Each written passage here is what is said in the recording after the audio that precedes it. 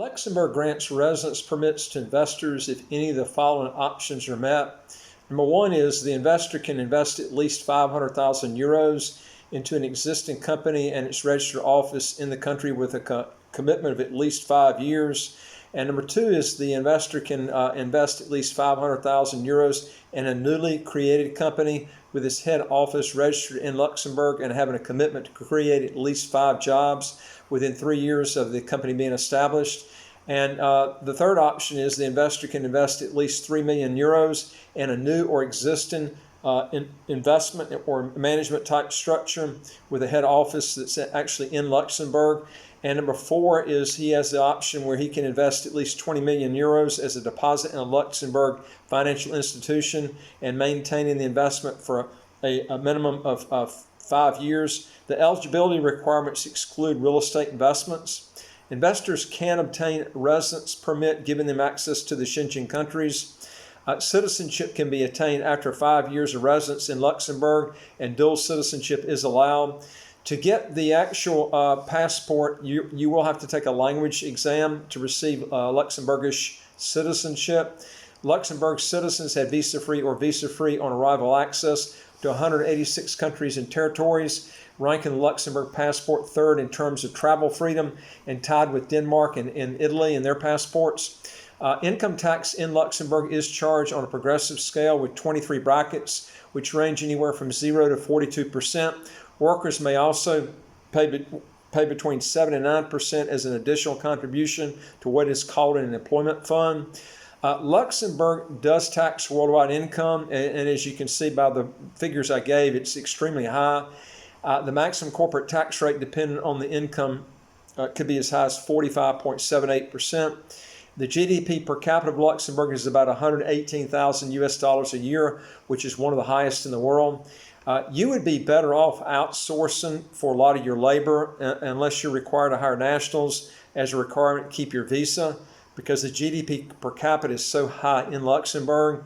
When you include the Social Security tax, you'll be losing probably around 50% or more of your money in total taxes living and working in Luxembourg. The education and healthcare system is very good in Luxembourg. Luxembourgish is the national language of Luxembourg and one of the 3 administrative languages along with French and German. In Luxembourg, 50.9% of its citizens speak the language, which is again called Luxembourgish. I'm going to give you my evaluation of this program, and it is as follows. Luxembourg's got a great passport and allows for dual citizenship, but you're going to have to take and pass a language exam, and you're going to be losing about 50% of your money in taxes, and there's no guarantee you're going to get the passport, after you're able to apply for it. The law only says that you can apply after 5 years of residency. It doesn't mean that you're going to get the passport and citizenship after that term period. I've gone over this in several videos, but you should be remembering this. Remember that a good fast-track citizenship program, if you're wanting to get citizenship fast, has the following traits, and I would advise you don't bypass these, and that is get a citizenship or passport program that you can get guaranteed as long as you don't have any civil or criminal problems. A lot of the residency by investment countries, as I've mentioned in the past, don't go by the statutory requirements after the minimum residency requirements have been made, therefore messing up your plans for a passport in a reasonable amount of time. And number two is make sure the country that you're applying with has no military requirements to get the passport. And number three is make sure that the tax system that's in place is either a territorial tax system or pure tax haven, or I would not mess with it. Luxembourg is not a pure tax haven. Again, it taxes worldwide income.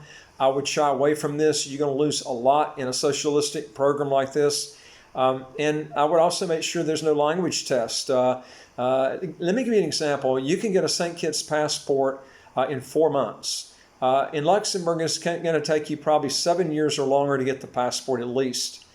Another thing, too, is, if you know English, you know English. St. Kitts doesn't require any sort of test. Even if you don't know English, as long as you invest in a property that's at least $200,000 in St. Kitts, you don't have to even know English, and there's no test that you got to pass for any sort of language. it just makes it so much easier to get the passport. And St. Kitts has no income taxes, no capital gains tax, no inheritance or estate taxes. And the weather is so much better than Luxembourg. I don't know why anybody would choose Luxembourg over a place like St. Kitts. That's just my way of looking at this. In St. Kitts, you check all the boxes. All the negatives have been taken out. And I would also make sure that the passport, you can get as many visa-free countries as possible, at least mainly covering the Schengen countries, which both Luxembourg and St. Kitts do cover those countries. Luxembourg you can go to more visa-free countries than you can with St. Kitts, but if you look at those countries that you can go to with Luxembourg that you can't go with St. Kitts, more than likely you're not going to ever go to those countries anyway. This is something that I've looked at early on, that a lot of these countries that you can go to, a lot more countries than St. Kitts. When you look at them, it's just they're wasted countries that probably you'll never go to. You'd have to look at that list yourself and determine though. And remember, a lot of the countries reserve a lot of their business opportunities, like life insurance, real estate, retail, and other businesses, to citizens. So if you're wanting that type of business, even if you get residency, a lot of these lucrative business opportunities a person is barred out on. They only allow those opportunities for citizens. You'd have to actually look at the country, and we'd have to look at the actual laws in that country for that type of business that you want to do. It depends on the type of business that you want to do.